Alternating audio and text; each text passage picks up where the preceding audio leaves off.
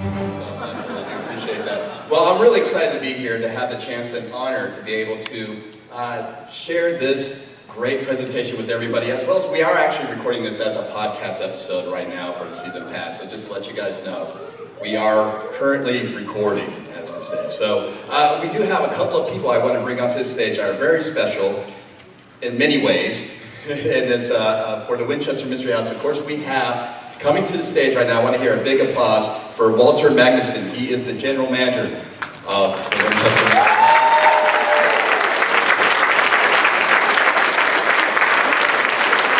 We also have with us the director of marketing for the Winchester Mystery House, Tim O'Day.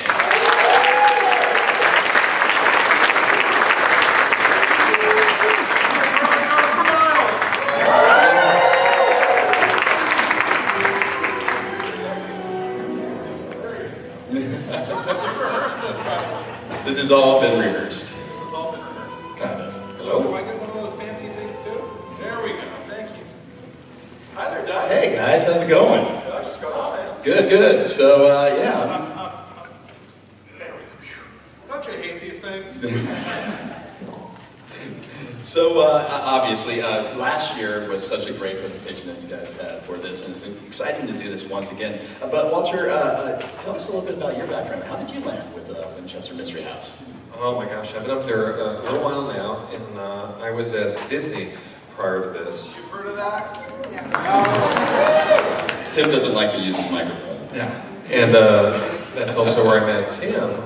We worked together on a lot of events, and Winchester Mystery House just had a real exciting trajectory over the next few years with a lot of things in the works, so I was real excited, and I'm thrilled to be there. Awesome, yeah.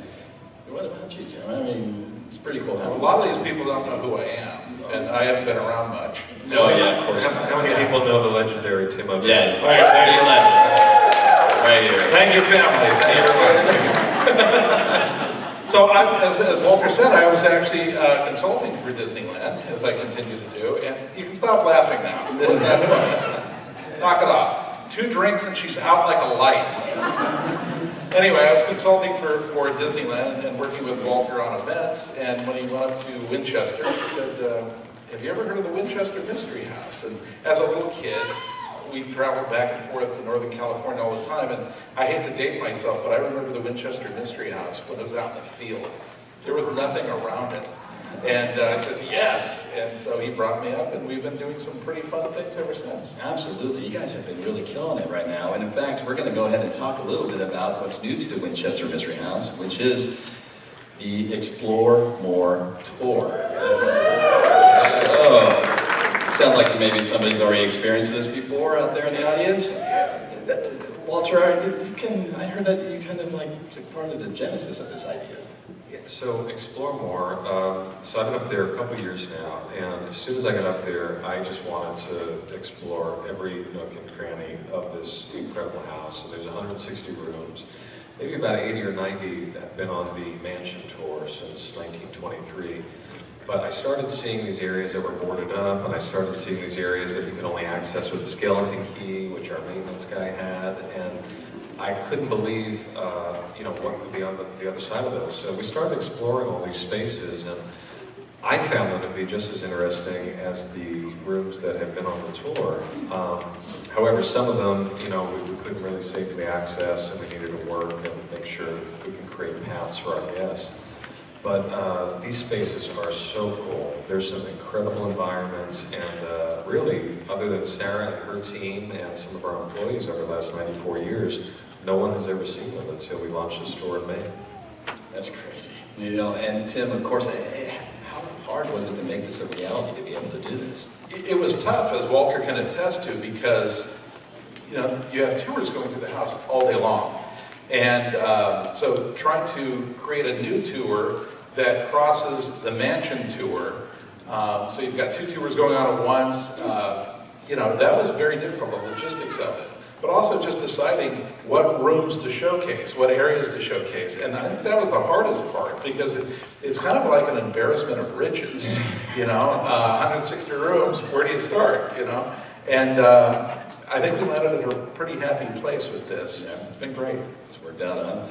Well, let's go ahead and take a little bit of a virtual journey through this the Explore More tour, and it starts here at the front door.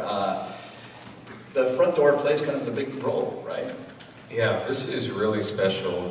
You know, in Sarah Winchester's day, no one got to go through the front door. Absolutely no one. And there's a well-known story about Teddy Roosevelt visiting, wanting an audience with Sarah Winchester, knocking on the front door, and he did not gain entry to the house because that was not the way she received visitors. So it's a really big deal to do that as part of a tour.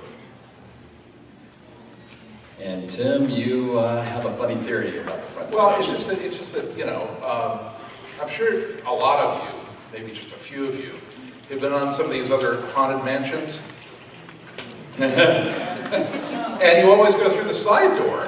Well, here we are, the Winchester Mystery House, the real deal, and you actually go through the front door. And it was kind of fun because Walter and I brought up, have you ever heard of a psychic, medium, great author by the name of James Van Praagh? So when James came up to do the first seance in about 40 years, they hadn't done one in ages, Walter said, well, let's have him go through the front door. So we opened up the front door and he walks in and he goes, wow, wow, you know, and he said, you know, you're one of the first to go through here. And he goes, there's a presence here, there's a presence here. And we didn't prompt him, we didn't tell him anything of the house, and he said, whatever is here is really happy. And that goes along with the stories of the employees. When you're at the house, you definitely feel a presence, especially at night. But it's never menacing, it's never threatening, but it is a little chilling. It's unnerving. You're only remembering partially right. He actually said, OMG, OMG.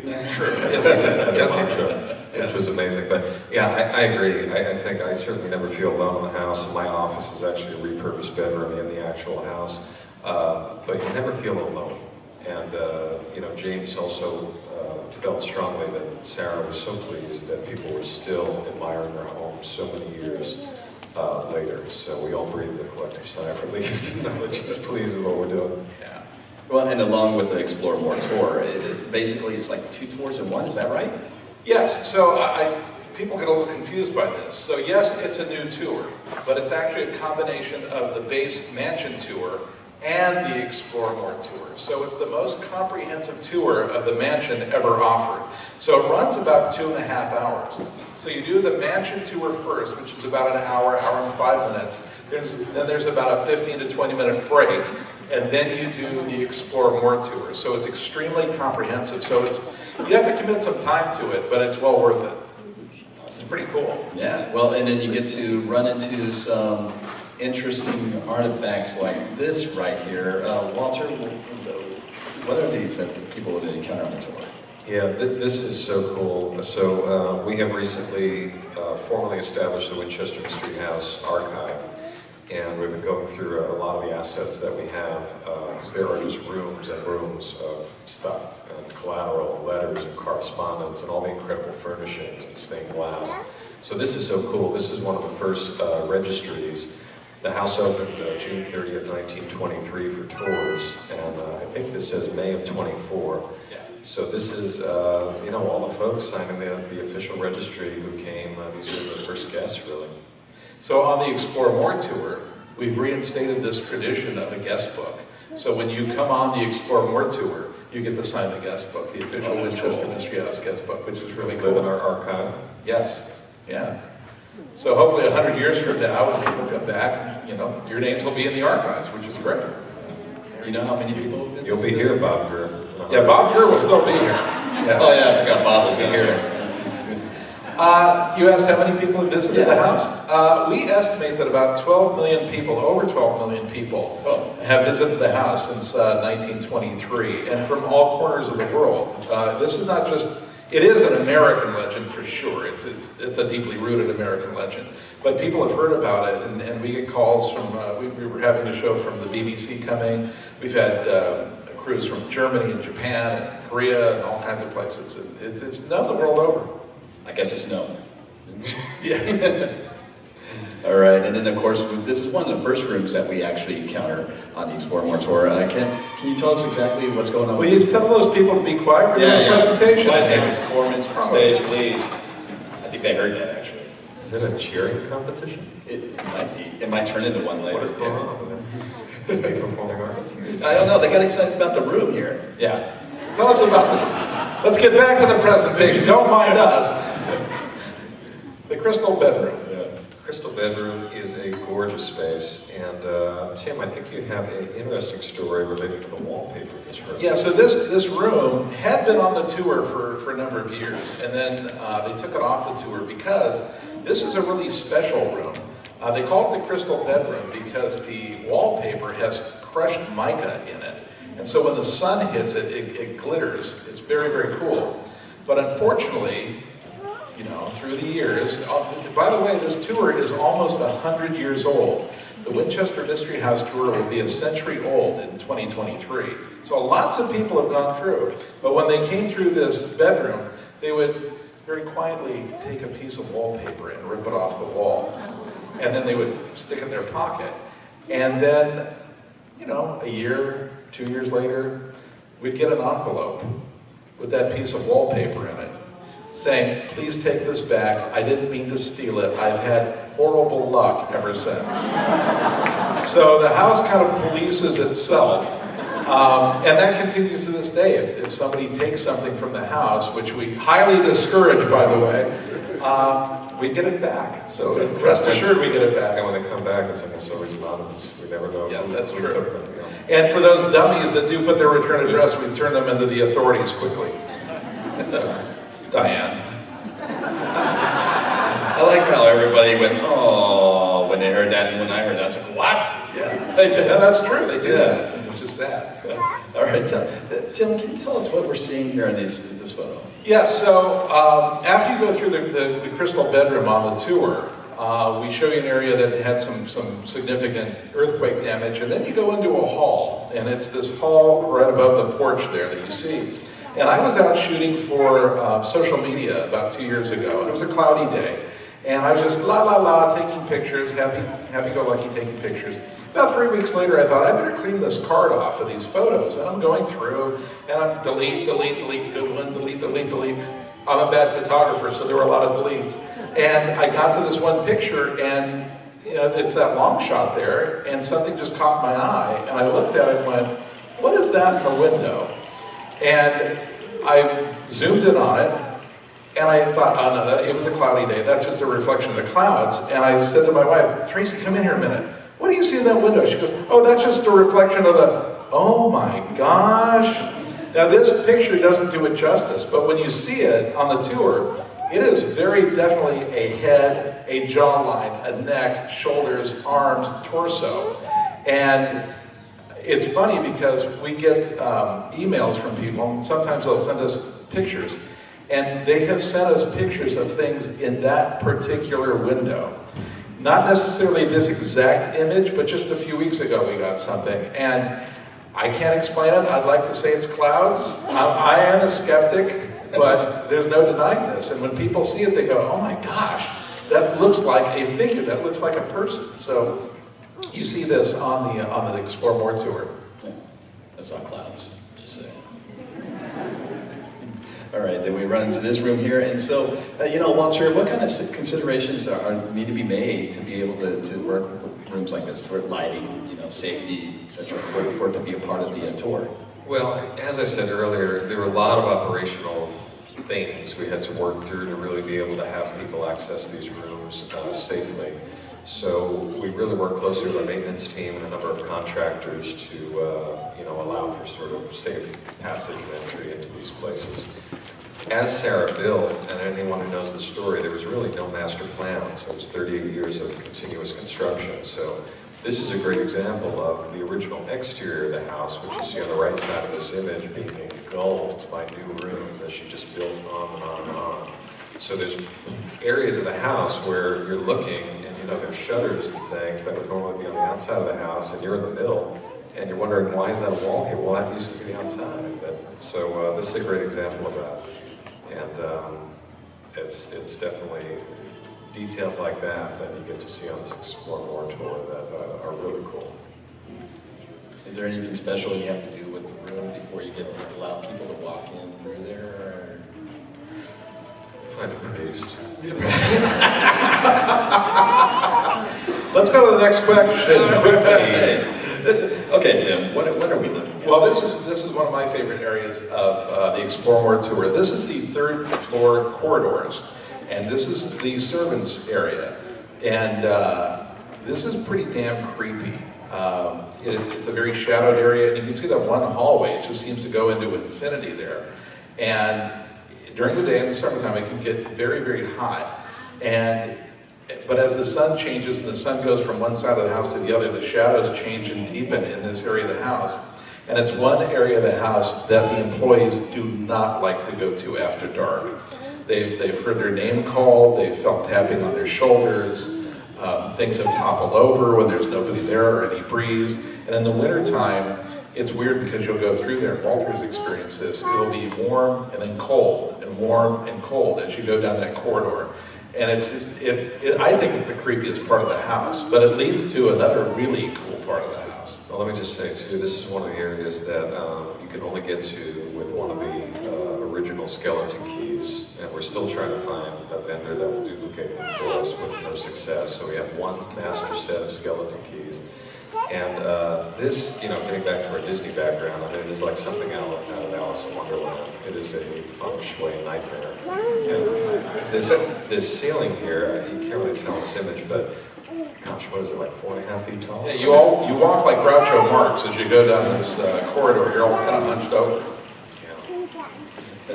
Yeah, and at the end of this hall is, I believe, the next step. Right here, the Witch's Cap right here, obviously a highlight of the Explore More tour. Can you tell us a little bit about this?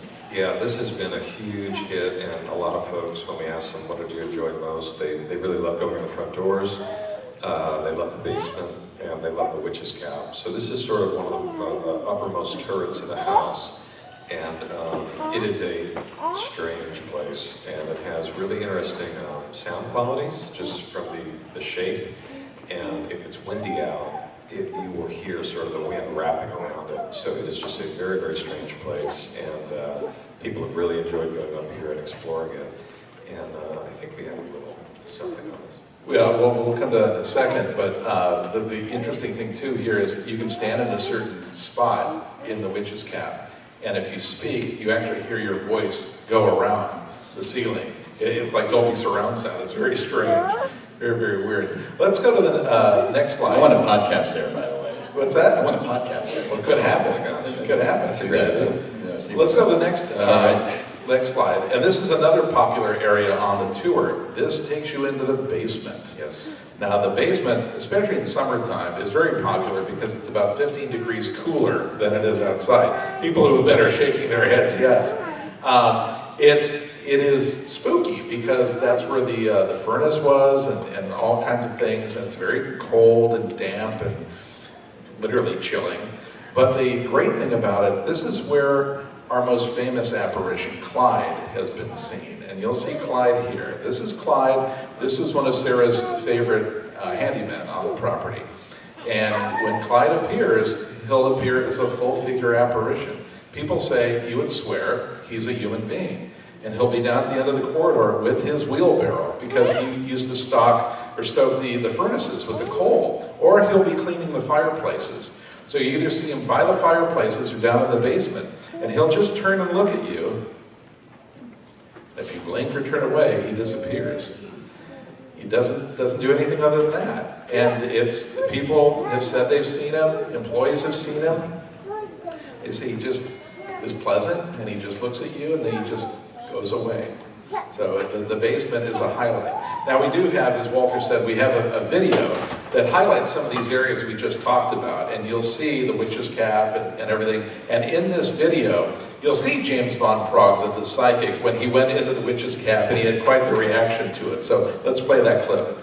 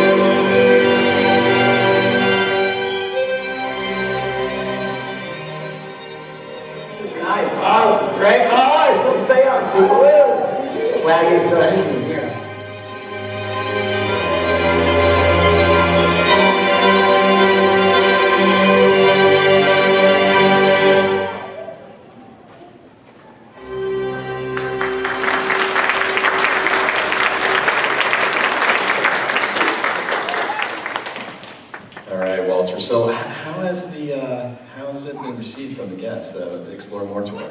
We've heard a lot of great things, and some of you have taken the Explore More tour. Show of hands. I see a few people. Oh my gosh, did you like it? Please say yes.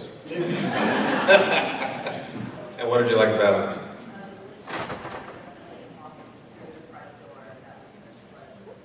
Oh, that's so cool. Thank you. You know, one thing we should mention before we forget is that when you do the Explore More tour, it's not the typical 20, 25 people on the tour. It's a very intimate tour, so it's about 12 to 15 people. So you get to linger a lot longer. And what you just saw in the video, you saw a pan of the servants' quarters. So you actually get to go behind the ropes. That's like a rest area. So you get to sit and relax in the servants' quarters, which is kind of cool. Yeah, it's a great tour, and the guests are really enjoying it. I don't know if we could do it forever, just because it is pretty complex and requires a lot of labor and logistics. So we did announce it as a limited time on the tour. But yeah, so far so good. So far so good. How many out here really want to do the Explore More tour?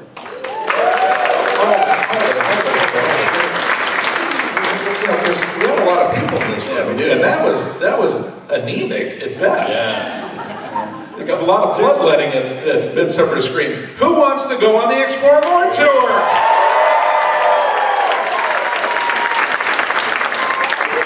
Walter, what are you going to do about that? I'll make sure we're open for this another 500 people. Do you want to give them something? Well, Boy, if that isn't a cue, I don't know what is. A little sweat going on right there. well, if you guys can come up to San Jose, it's not too far, and you've got a lot of direct flight options. We would be honored to have you, and we're going to give everyone here 2 tickets to come see us.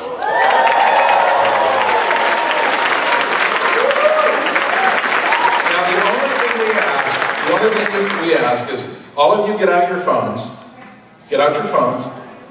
and tweet and post how much you love Winchester Mystery House. Yeah. And then we're going to check everybody's phone on the way out, and if you've done that, then you get your tickets. Yeah. Just kidding, I'm just kidding. That's But not part of his really. marketing. He's all about marketing. No. By the way, that was the most enthusiastic yes I've ever heard in my life. I'm just saying, that was excellent. That's good. All right, so we're gonna talk about something else here. Tim, last year Winchester Mystery House debuted Halloween Candlelight tour. Let's talk about this experience, my friend. So last year we debuted the Halloween Candlelight tour, and it was a great experience, not only for us, but for the guests. And look, Winchester is as I say, it's an American legend, and we just kind of took the legend and tweaked it a little bit. And to be in the house when it's dark, after sundown, with just a tour guide and a candle, what could go wrong? And the reaction was terrific, just absolutely terrific. And we were sold out all 10 nights. And this year we're expanding to 20 nights. And ticket sales have been off the charts already. And what's great about it is we pay homage to the house. We don't do anything that would be out of character or anything. And being that we are considered, one of the most haunted places in the U.S., we just kind of enhance that. And one thing I did want to mention is that the narration that you hear on the Halloween Candlelight tour, that's actually pulled from the experiences of the employees. So their paranormal experiences, which Walter has had some, I've had some, it seems like everybody who works there has some kind of an initiation.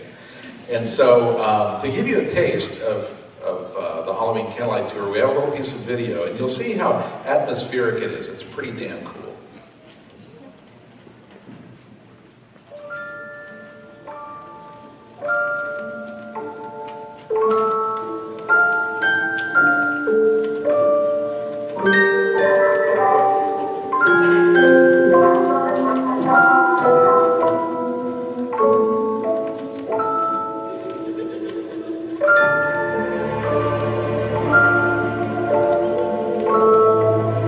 We can't take us, mate.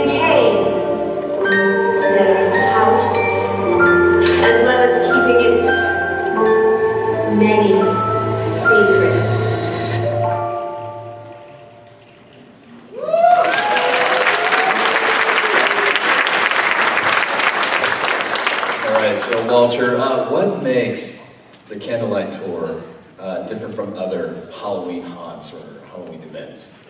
Well, I think the house is so unique. So as Tim was saying, we really wanted an experience that kind of was in alignment with that. The house is a crown jewel, it's a landmark, and it's an institution. So I think there's a lot of other places you can go and get blood and gore and chainsaws and everything, but Sarah Winchester's incredible Victorian mansion is not one of them. So it really lends itself to the theater of the mind and the atmospheric stuff. And did I just hear that? Did I just see that?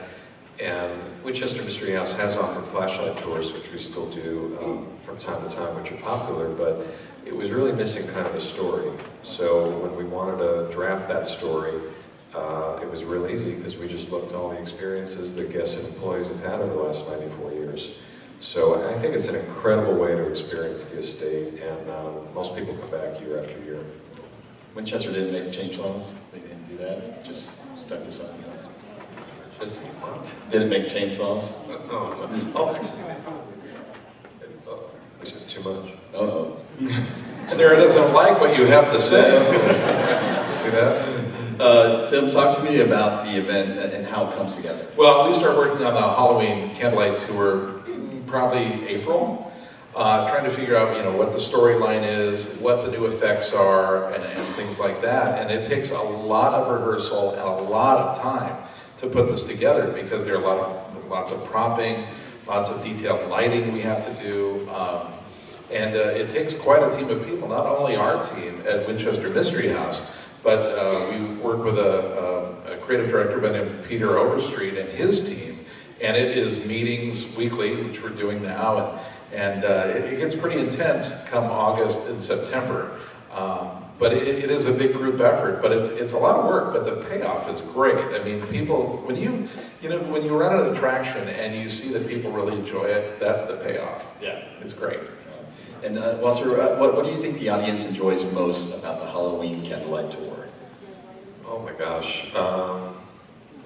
Based on the folks I've talked to, they just really enjoy being able to see it at night, which I know sounds real simple, but it's a totally different vibe in the house at night. And being able to explore some of these spaces in a new way, and and we don't want to give too much away, but obviously things happen. And I think it's just a really, really fun experience, and they keep coming back again and again, so we got to be doing something right. Yep, there you go. Well, Tim, Walter mentioned the vibe that comes along with this, and maybe why should people visit the Halloween Candlelight Tour over maybe some other haunt offerings that are out there in the Bay Area? I think this goes back to the authenticity of the experience. Look, we love our blood splattered, chainsaws and all of that. We love the zombies. It's great. I mean, that's what Halloween is that is an aspect of Halloween that's very popular, and we love that. But if you're looking for something that's very authentic, we like to equate this to a film. Does anybody remember a film back in the early 60s called The Haunting? So, only half of the audience over here. Don't you people watch Turner Classic Movies? What's wrong with you? TMC. Yeah. We equate it to that because, to Walter's point, it's really theater of the mind. And so if you want to be played with mentally, come to the Winchester Mystery House. And it's a great experience. Now, we do have a little piece of video here, and I mentioned Peter Overstreet, our creative director, and he'll talk about some experiences that they've had. Even the performers that put on Halloween Candlelight Tour have experienced things. And one night last year, after a rehearsal, Peter and I went to dinner, and I don't know what compelled me to ask him, but we were eating, and I said, Peter, you've worked at the house a while. Has anything happened to you? He said, well, I didn't want to tell you this, but, and he relayed the story he's about to tell, so let's roll the video.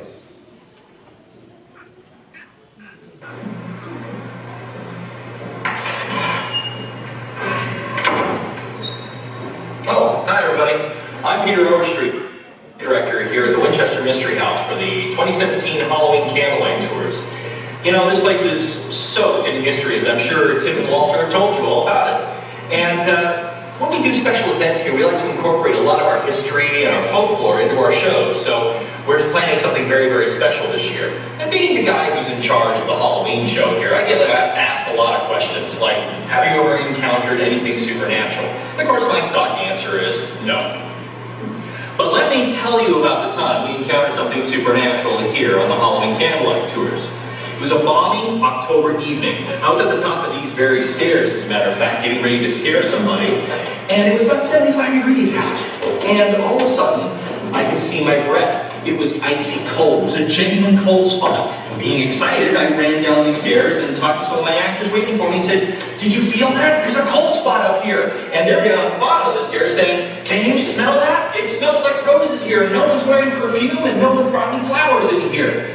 Well, we found out later that there's a supernatural phenomenon that involves smell. And apparently, there's something about the supernatural that triggers either the smell of roses, or flowers, or other types of smells, or at least the memory of those things.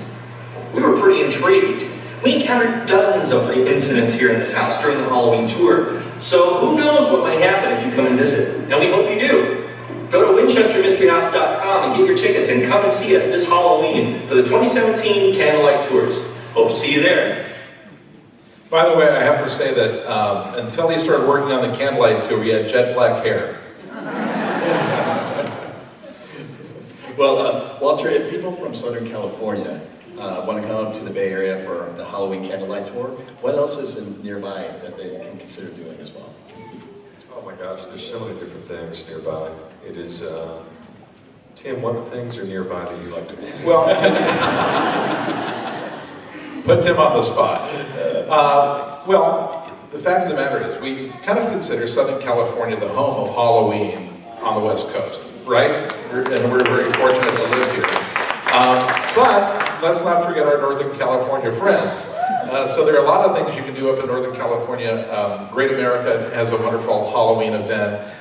We're right across the street from a terrific dining, retail, and entertainment area called Santana Row, and they do Halloween well. And there are other attractions in Northern California, Roaring Camp and others. So, you know, if you come up, we definitely want you to make Winchester your centerpiece of your trip, but there are other things to do in regard to Halloween. And the one thing that Northern California has that Southern California doesn't, they actually have autumn.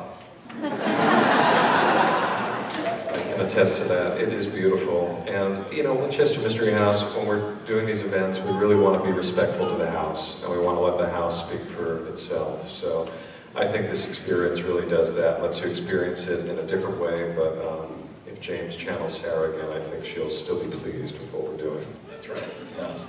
Well, and then of course, you know, Friday the 13th is actually a pretty big deal with the Winchester Mystery House. And can you tell us a little bit about the upcoming event? Yeah, so Friday the 13th is a big deal at Winchester Mystery House, and we always pick a celebrity or a dignitary to ring the tower bell 13 times on the 13th hour of the day, and all of that, and it's kind of our little holiday. But we've partnered with our friends at Horror Buzz. Norm Gitney right here taking a picture. There he is. There he is. And we're going to do something that we started last year a little bit with Horror Buzz, and it's going to be a very intimate event, and you get to come up and tour the house with Peter Overstreet and kind of get a behind-the-scenes tour of the Halloween Candlelight tour. And then there's you know, a private reception and you know, food and beverage and all that fun stuff, and then you get to go experience the Candlelight tour later on. And it's a great event, and Norm has done a terrific job partnering with Winchester, and we hope you're happy with us, Norm. So you get your tickets at horrorbuzz.com. They're on sale now, correct? They're on sale now until midnight tonight for a very special Midsummer. There you go. So special price just for you guys. Everybody hear that? So Very special Midsummer Scream. Is that midnight, right? All right. I don't know where we just lost this program, but yes. Okay. No, that sounds great. So thank you, Norm. So a lot of fun with Horror Buzz. All right, we are going to go ahead and switch gears here. We are going to talk about the highly anticipated paranormal thriller, Winchester, which is due in theaters February 23rd of 2018. So to help guide this portion, we are going to bring onto the stage the Executive Vice President of Acquisitions and Co-Productions for CBS Films, Scott Shooman.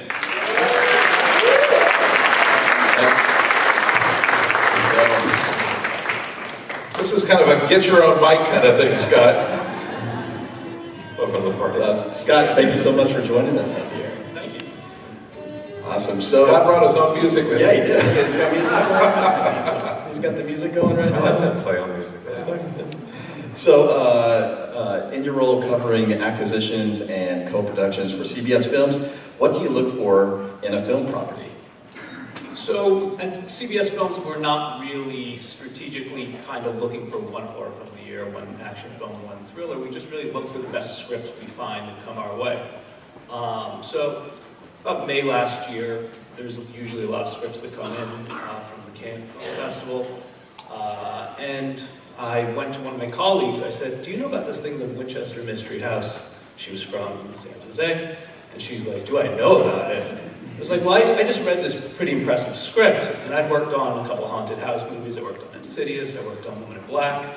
So I have a good gist of haunted house movies. And when I read this, I was like, you gotta read this. This script's terrifying, it's great. She's like, okay, when are we going? So she wanted to book the trip before she read the script, but I got her to read the script, and she's like, okay, let's go. We gotta check this out. She'd never been, having grown up in San Jose, but knew all about it. So we read the script, flew up to San Jose, and just wanted to get a feel for the real thing before we actually decided whether we wanted to try and find a way to make this movie or not. So we flew up, got a tour from one of the historians, and the house really speaks for itself. You just walk around and you just feel something unique and special about this place. So I think it was a week or two after that, we made an offer. We agreed to do the movie. And the real reason that we came to it is I think these days when you look at the movie business, there's no room for stinkers. You try and do your best. Like, people just know when something's garbage, and I think horror fans really have suffered through a lot of bad films over the years. Why don't we have you name some?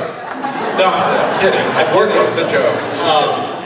But I think that when you have something that has such a high-end pedigree, where you have a quality script, where you have a high-end cast, with someone like Helen Mirren, who's playing Sarah Winchester, that you just really try and find stuff that's special and kind of raises the bar, because there's really no room anymore for something that's not really, like, good is not good enough anymore. You really need to find the stuff that's special, and when we read this and familiarized ourselves with the house, this was special, and when you go and see the house, I think when you can connect anything into the real world around it, like this movie is, that you really have, you want to believe, and when you say inspired by a true story, this is really, anyone can go and walk through the house, and it's not a big jump. What role does the house actually play in the film? I mean, like any well-written story, the house is a character. I mean, from the second that they walk into the house, you are just, it's very well shot. It's a guy named Ben Knott, it's the cinematographer, but every corner, every hallway, everything, every time they're walking up and down a stairwell, you just kind of feel the presence of the Winchester house, which is a really tough thing to capture once, those who've been there know, but it's a very special place, and to try and capture that on film, you can't help but kind of like get uneasy every time they're hesitating, or you see a light or a candle blow out. What kind of research went into the creation of the film?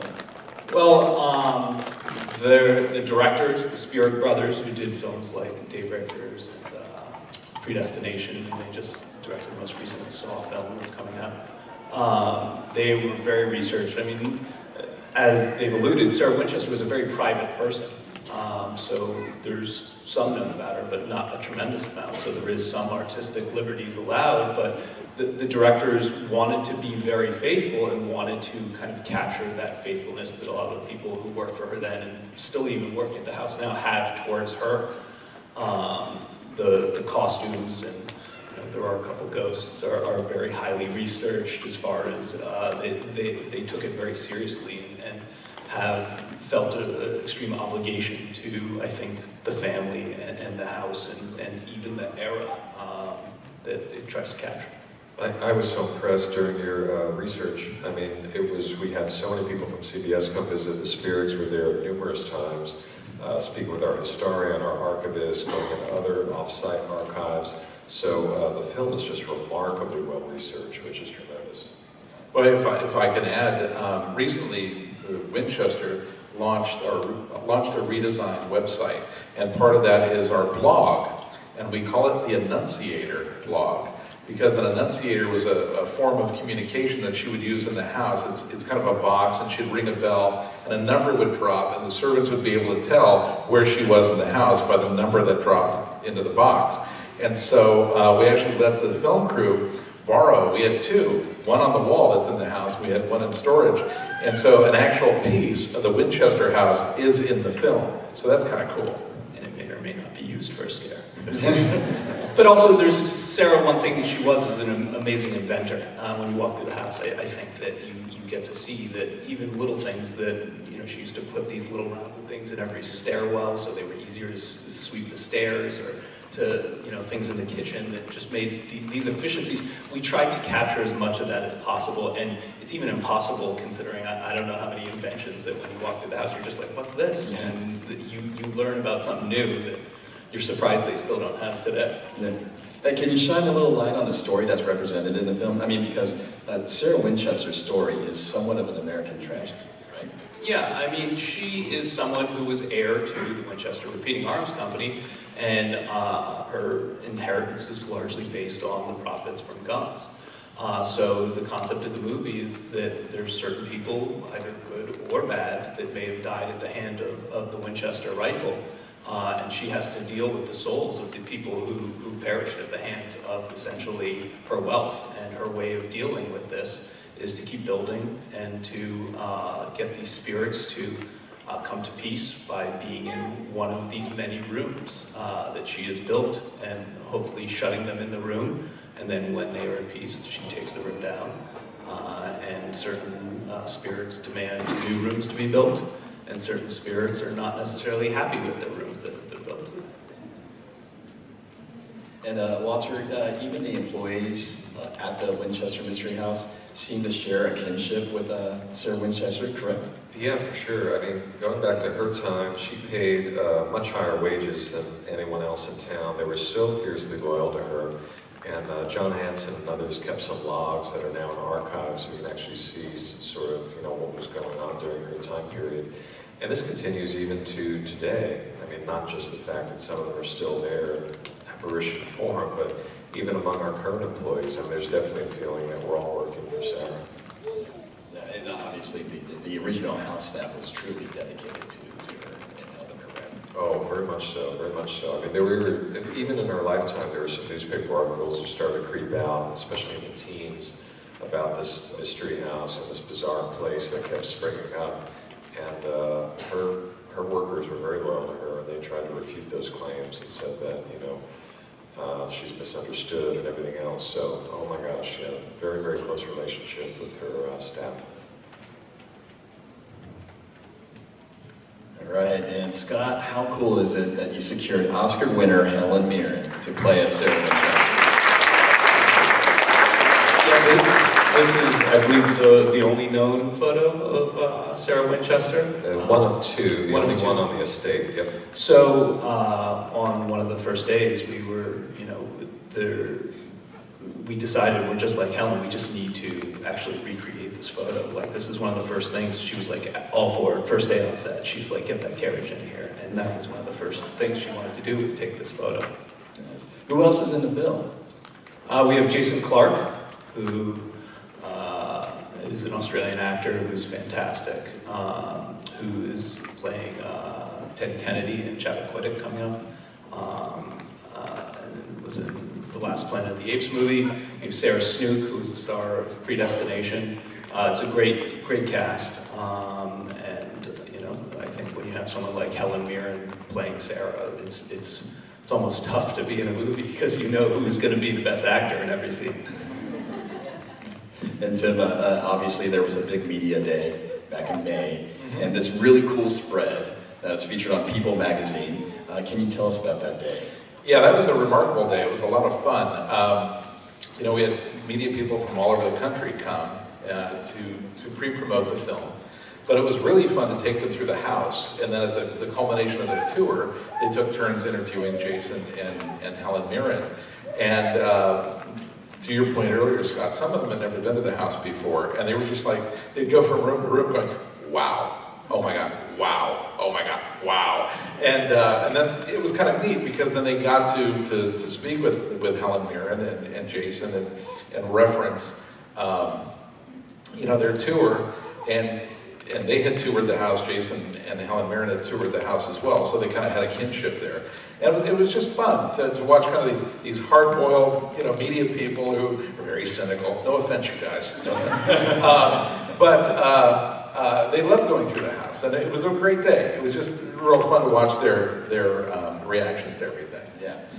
Walter, you gave Helen Mirren a tour through the Winchester Mystery House?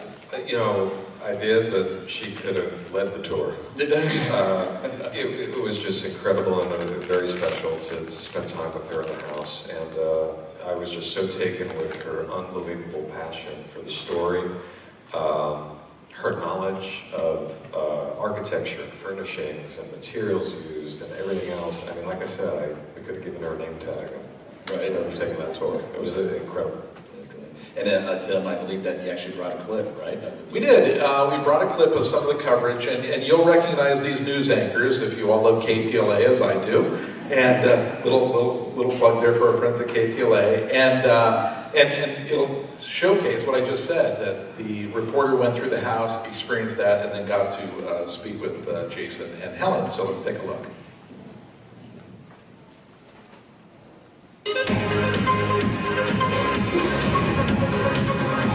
The Winchester Mystery House has been a long-time California landmark, and now a new film will tell the bizarre story of the house and its owner. Our Doug Colt got to sit down with the film's star, Oscar winner Helen Mirren. He's here tonight with the Entertainment Report. Hi, Doug. Hey, good evening, Mike and Chair. So let me give you a little backstory here. It was after her child and her husband died, both of disease. Sarah Winchester was convinced that she was cursed, and if she didn't act fast, she would be the next victim.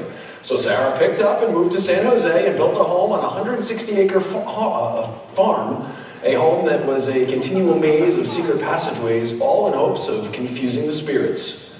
4 floors, 160 rooms, with oddly enough, 2,000 doors. Not to mention the occasional stairwell that leads to nowhere. If it sounds strange enough to be a movie, well, it now is. That's why I headed up to San Jose for a tour of the historic Winchester House and an interview with its cast, Helen Mirren and Jason Clarke. This place is kind of eerie, isn't it? It is. Do you find it eerie? I don't find it eerie. Not eerie. I find it just... It's weird. Eerie. You said eerie. Is it eerie or weird? Even for the time it was built, back in 1884, it was by no means considered an orthodox house. Its owner, Winchester rifle heiress Sarah Winchester, had the home in around-the-clock construction, all out of constant fear that she was being haunted by the souls of those killed with the guns that made her family rich. There's incredible beauty and detail and love and affection wrapped up in, you know, the guilt and the past of her husband and the rifle and her daughters and her curse and all that. It's, you know, it's and underneath it all is a very feminine. It's a very feminine environment, isn't it? Yeah. Yes, very strong. Helen Mirren plays the part of Mrs. Winchester. Well, I guess it's fitting that you find Sarah Winchester and her quirks fascinating. Yes, absolutely. I mean, what an amazing character that I knew nothing about. This is so personal. You know, Sarah Winchester designed that fireplace behind you. She chose those panels, those amazing 2 windows, stained glass windows there. I mean, it's a house that's drenched in personality. In the film based around what is believed to be one of the most haunted places in the world. With your time in here, do you anticipate any paranormal encounters? No, but I feel Sarah here very strongly. Absolutely feel her. And the people who work here feel her. And they say we love her, which is interesting, because also the people who work for her in the day when she was alive. Upstairs, say I've got it, the house. As soon as you said that, she was tapping upstairs. Absolutely. Yes. Where did I put my hat? Yes. Yeah, no joke. As soon as that happened, we heard tapping from right above us. Oh my gosh. Yeah. You can expect the film Winchester out sometime in the beginning of 2017. I guess we'll be in the house. What an aside.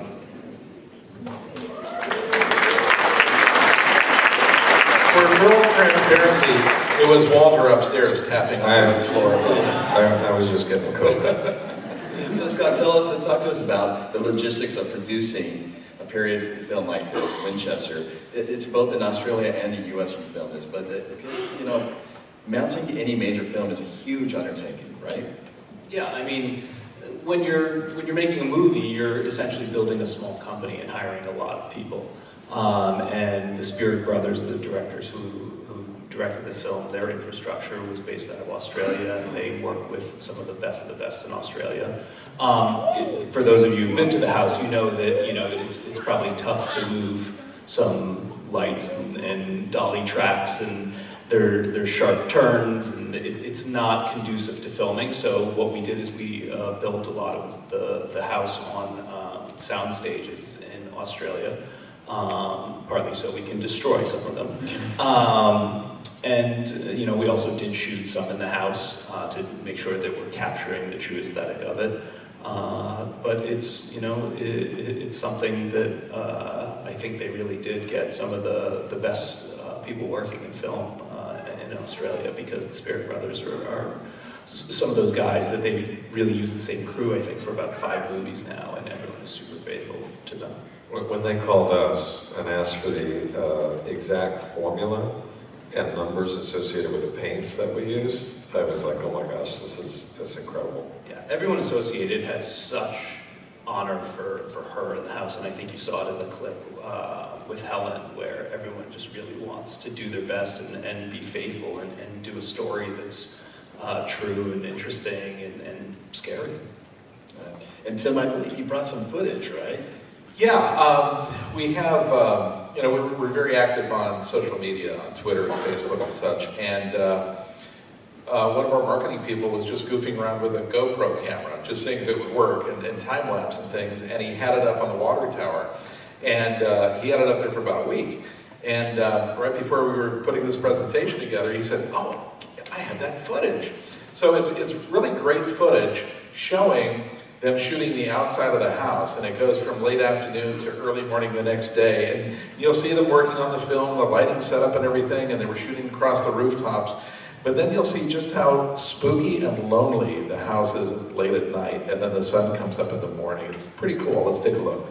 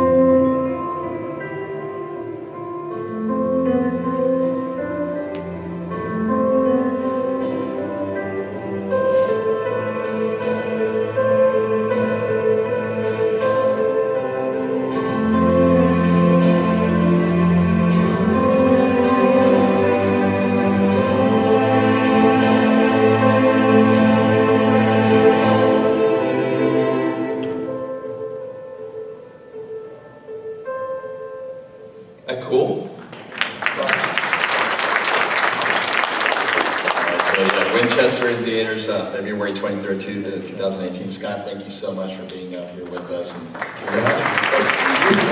one more person on. We are running out of time. We need to bring somebody else on. Somebody who's very important to what's been happening with Winchester Mystery House right now. He is a popular artist, and he also is a fan of the Season Pass podcast. I just want to let you know that as well.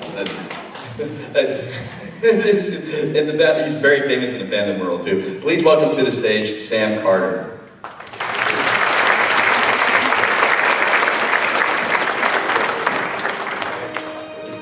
Thank you very much. Hello. Everybody brought their own walk-on music. I love Yeah, it. they did. It's crazy how that worked out. All right, Sam, thank you so much for joining us. Awesome. So, Sam, I believe that you and Walter kind of go back in a little place in Anaheim, right? We go way back.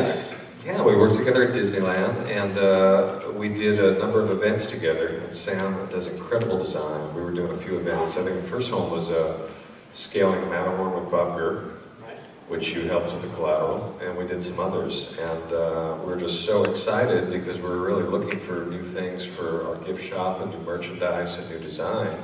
So we called Sam and said, could you help us with some things? I'm glad you did. You know, when they first reached out, of course I know about the house and how special it is, and they said, let's do some art, and I'm like, let's do it. And you know, we talked about what's the right thing to do, what's appropriate. We want to do it justice, it's such a special place. We started thinking, okay, let's do a nice art print, and we wanted to do something maybe in a national park type of look, something timeless, and we put together something really nice. But what's really cool about it is for Midsummer, they said, let's do something really special at Midsummer Screams. I'm like, let's do this. Boy, do they catch on quickly, Sam. Now, we have never ever commissioned a piece quite like this. There's been a lot of stuff with logos on, there's been a lot of stuff with historic images, but this is just stunning, what Sam did, and we have challenged him to create one for each season. But here at Midsummer Scream, you're the only ones that, you're the first ones that are going to get this, so we are very happy to share that all of you who are sitting here now are going to get one of these on your way out.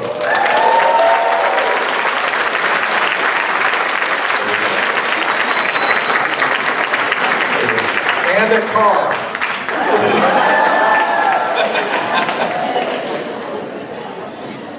That is absolutely beautiful, Sam. You just nailed it. It's gorgeous. And Sam will be around. We'll have to set up a makeshift booth for you to do signings somewhere. No problem. Okay. Do you guys like?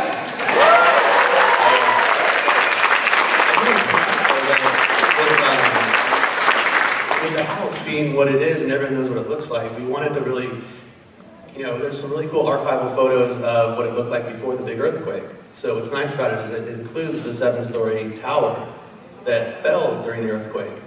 So, and if you look at this variant of it, there is a little silhouette in that top tower. So, who could that be? It's not Eddie Murphy. Is Eddie Murphy in the movie? No, it's Sarah. We had to bring that up, Sam. Eddie, we can't end on that note. All right, guys. Well, there you go. Winchester Mystery House.